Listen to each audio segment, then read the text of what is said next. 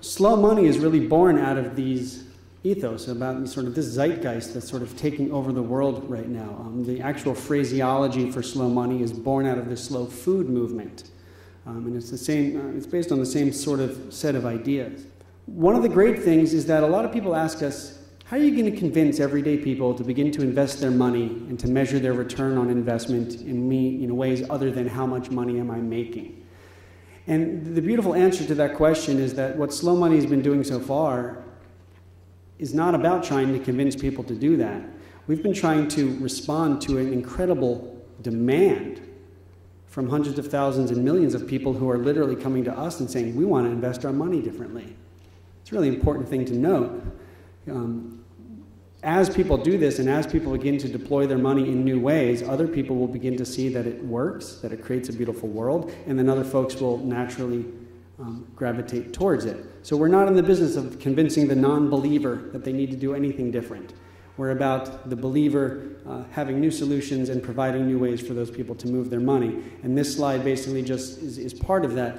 The idea of slow money has taken root, and it has garnered a tremendous amount of attention worldwide. And that is something that heartens us and is very exciting. I want to start in talking about slow money by reading from the book. So Woody Tasch wrote a book called Slow Money, Investing as If Food, Farms, and Fertility Mattered. The book came out in 2008, early 2009, and it's just been an incredible sort of storm of excitement since then. But I'm going to read from the very first page of the first book. And there's some excerpts on here, but I'm going to read the full context. This is what Woody writes.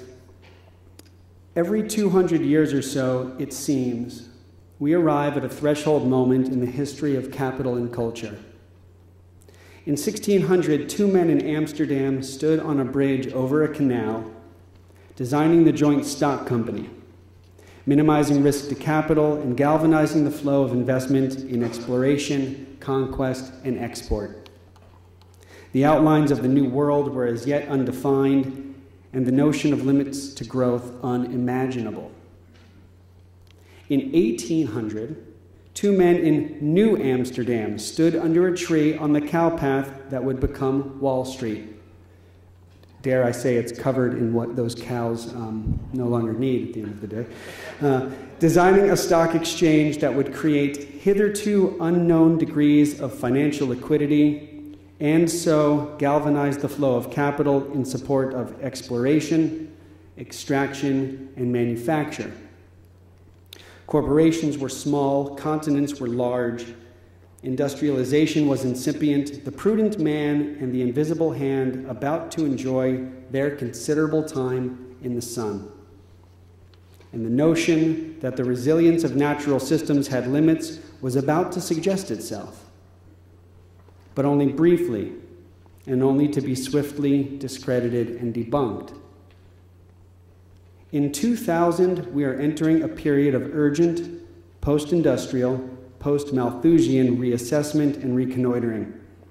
We find ourselves on a new threshold, signals of systemic unsustainability proliferating alongside those of ever-accelerating capital markets and technological innovation.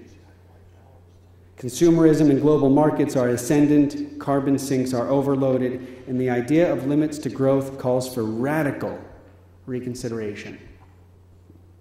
It falls to us, that us is us in this room, to undertake a new project of system design, the creation of new forms of intermediation that catalyze the transition from a commerce of extraction and consumption to a commerce of preservation and restoration. And I think it's the beauty of that kind of writing and that succinct, historical, poetic way of seeing the world from the birth of capitalism until now that inspired me to want to leave a restaurant I had spent 10 years building to join Woody as the executive director of the national organization to try to help further and foment this movement.